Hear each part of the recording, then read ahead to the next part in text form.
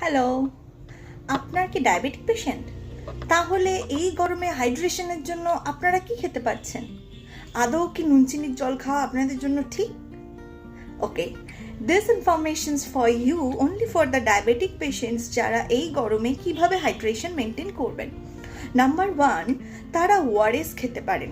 1 litre জলের মধ্যে একটা স্যাশে ওআরএস আপনারা গুলে রাখতে পারেন এবং সেটা হাফ অফ দ্য ডে পুরোটা সময় ধরে আপনারা অল্প অল্প করে খেতে পারেন। এতে আপনাদের হাইড্রেশন মেনটেন হবে, প্লাস একসাথে অনেকটা পরিমাণ গ্লুকোজ আপনার শরীরে ঢুকবে না, তার ফলে গ্লুকোজ স্পাইক আমরা অনেকটা কম করতে পারবো। নাম্বার 2, আপনারা যে সমস্ত ফ্রুটস খাবেন হোল ফ্রুটস খাওয়ার চেষ্টা করুন। হোল ফ্রুটসেও ওয়াটার কন্টেন্ট যথেষ্ট বেশি পরিমাণে থাকে। ফ্রুটস অ্যান্ড ভেজিটেবলসে যে ওয়াটার কন্টেন্ট থাকে তার মধ্যে ফাইবার থাকছে।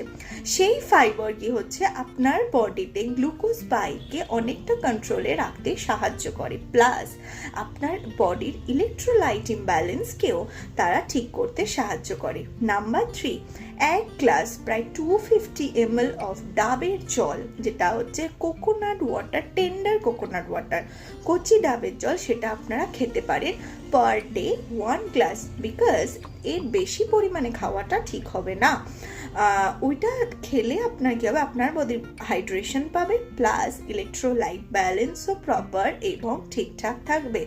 এছাড়াও ডালের জল, সবজিতে স্যুপ, সবজি দিয়ে স্যুপ, চিকেন স্যুপ, এই ধরনের জলীয় খাবার আপনাদের বেশি পরিমাণে খেতে হবে এবং ফলের রস, প্রধানত প্যাকেট ফ্রুট জুস এবং বানানো ফ্রুট জুস, এইগুলো আপনারা একটু অ্যাভয়েড করুন, তার বদলে হোল ফ্রুটস খান। And for more details please follow our page. Thank you.